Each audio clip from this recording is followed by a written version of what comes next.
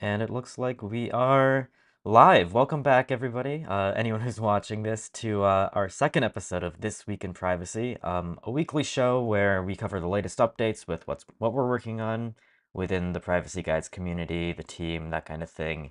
And then this week's top stories in the data privacy and cybersecurity space. So to get us started, I'll remind anyone who's watching this for the first time, Privacy Guides is a nonprofit which researches and shares privacy-related information, and we have a community on our forum and matrix where people can ask questions and get advice about staying private online, preserving your digital rights, all that kind of thing.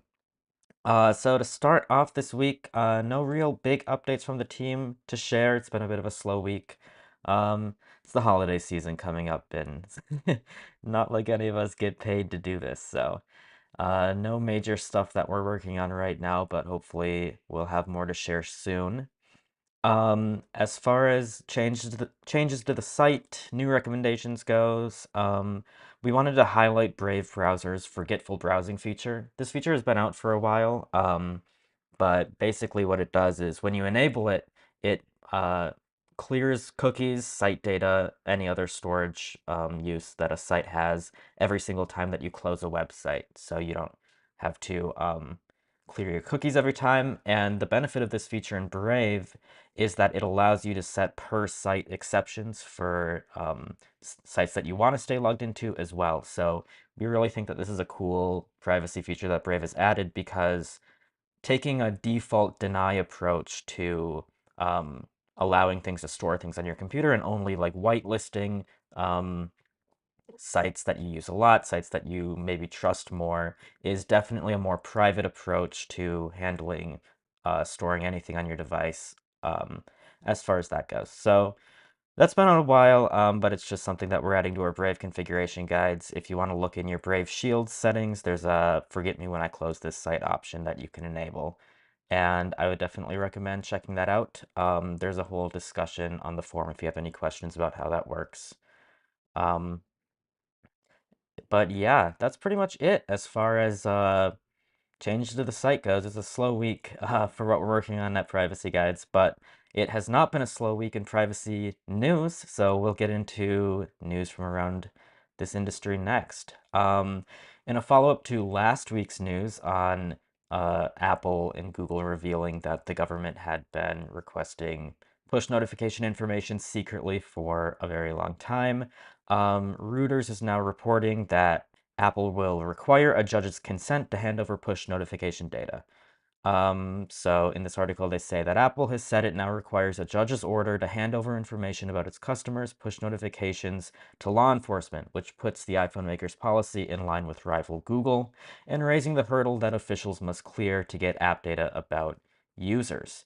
Google said in a statement that it had always required judicial approval to hand over this kind of information. So this whole push notification story, as it goes on, has been a pretty big L on Apple's end of things. It's pretty unfortunate that they weren't proactive about challenging this kind of thing. And it seems like they were handling it even worse than Google, which is saying something for sure. So at least they fixed it after we all found out about it, right? Speaking of getting judges' approval for things, as reported by Ars Technica, CVS, Rite Aid, Walgreens, and other big pharmacy chains hand out medical information to cops without warrants. Um, all the big pharmacy chains in the US hand over sensitive medical records to law enforcement without a warrant, and some will do so without even running the request by a legal professional, according to a congressional investigation. That's a quote from this Ars Technica article here. They include the 7 largest pharmacy chains in the country: CVS Health, Walgreens Boots Alliance, Cigna, OptumRx, Walmart Stores Inc., the Kroger Company, and Rite Aid Corporation. The lawmakers also spoke with Amazon Pharmacy. Um, Pretty big violation of personal privacy in this case. So if you um, get prescriptions from any of these large chains, that might be something to be aware of. It seems like this is something that is pretty commonplace throughout the industry for whatever reason. And it doesn't seem like a lot of people know that this is going on. So definitely something to look into further. Also reported by Ars Technica, courts in the US have ruled that suspects may refuse to provide phone passcodes to police.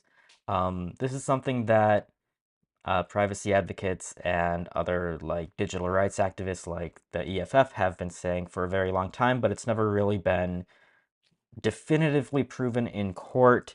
In this case, Utah's state Supreme Court is the court that has ruled that criminal suspects can refuse to provide phone passcodes to police under the Fifth Amendment privilege against self-incrimination. So that is a very good precedent to set in court for sure.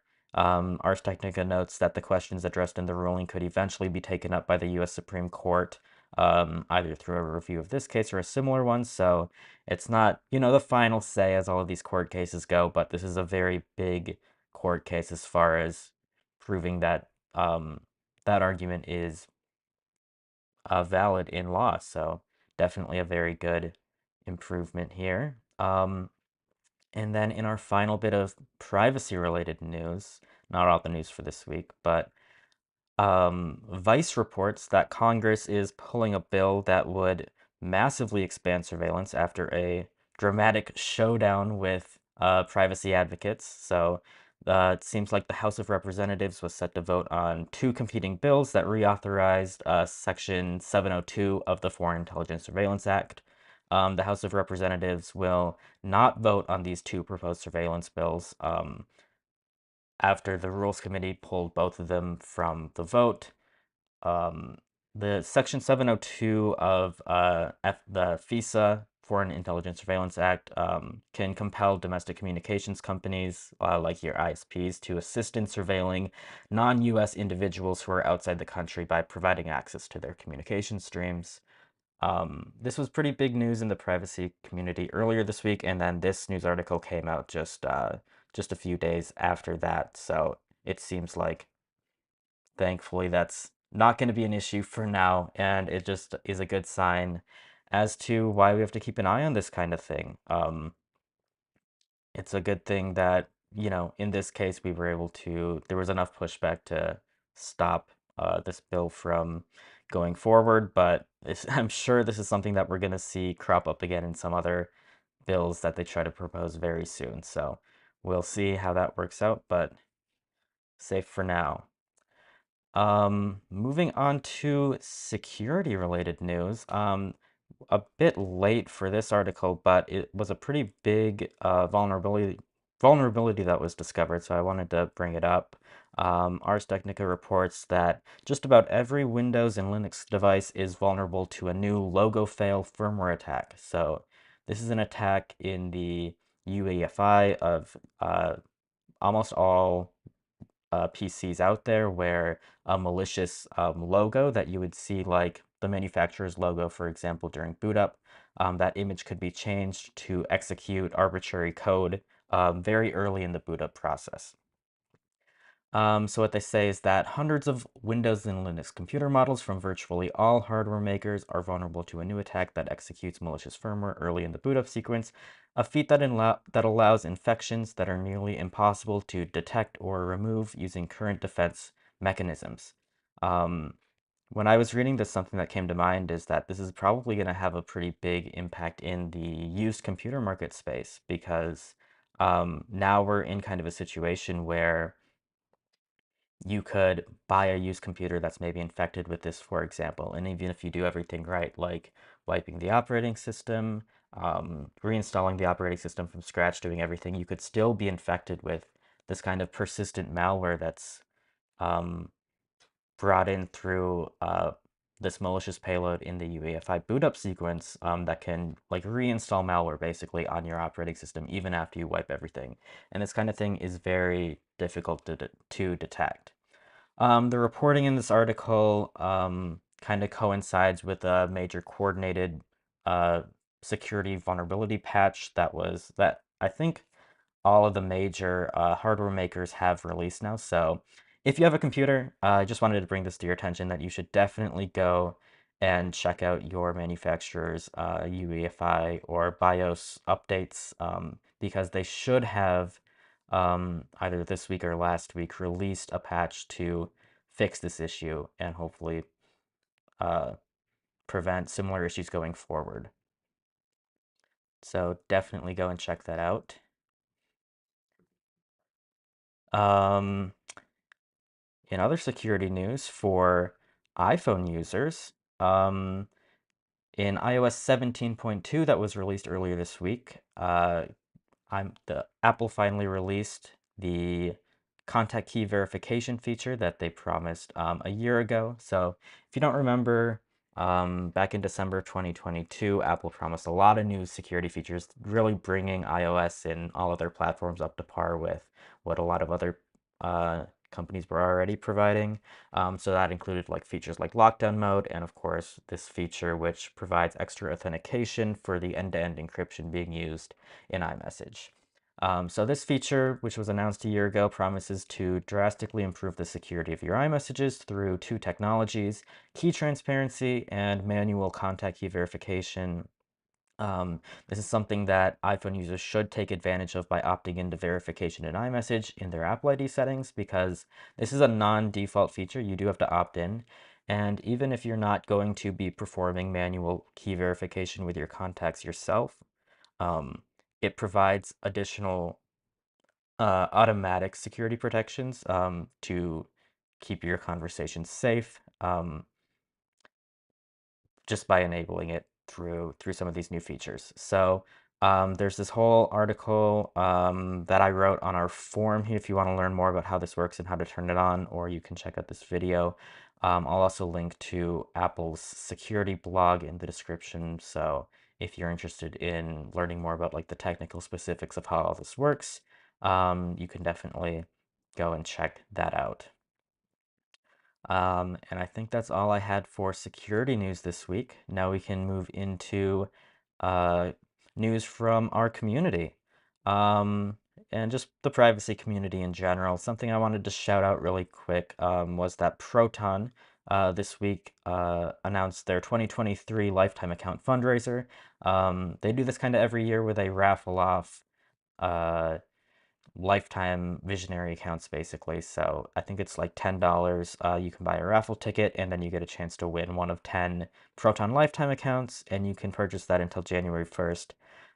This is a charity fundraiser. It's for a good cause. All of the proceeds, along with an additional $100,000 contribution from Proton, are going to go to 10 different organizations that were nominated by uh, Proton's community members. And then a portion of the funds will also go to support some of the past organizations that they've supported as well. So you can see on the screen here, the 10 organizations they're supporting are Bellingcat, Freedom of the Press Foundation, Tor Project, Tactical Tech, Public Knowledge. I'm not even going to try to pronounce this French organization. um, Liberties, Bits of Freedom, Forbidden Stories, and Doctors Without Borders. So definitely a good cause. A lot of journalism-focused organizations this year, but if you are a Proton member already and you want to contribute to these organizations and possibly win a lifetime account, it could be worth buying a raffle ticket or two and helping out. I think it's a good thing that they do this every year, and it's really good for them to kind of bring attention to all these other privacy organizations that are doing a lot of work and need all of these tools. Finally, in community news, something from at Rolls Ice Cream on our forum. They posted in our project showcase category a privacy DNS chooser script that they were working on.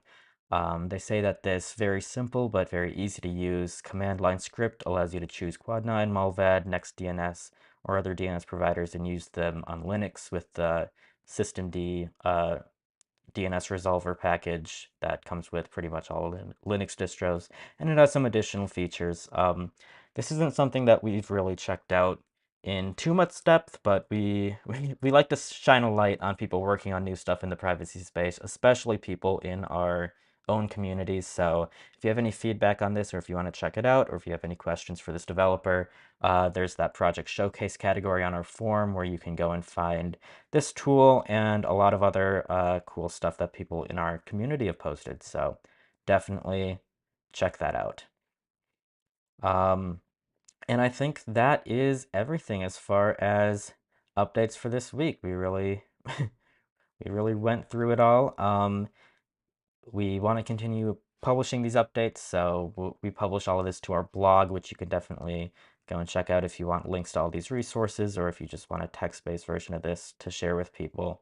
Um, and yeah, if you have any suggestions for things that we should cover next week, we try to cover a lot of the top stories that we see, and then also like updates from the community, anything that you guys want us to add. So definitely let us know on our forum. And if you have any questions about this, you can definitely leave a comment on this blog post or on this channel, on this YouTube live stream, wherever you want. We'll see it and we can get back to you.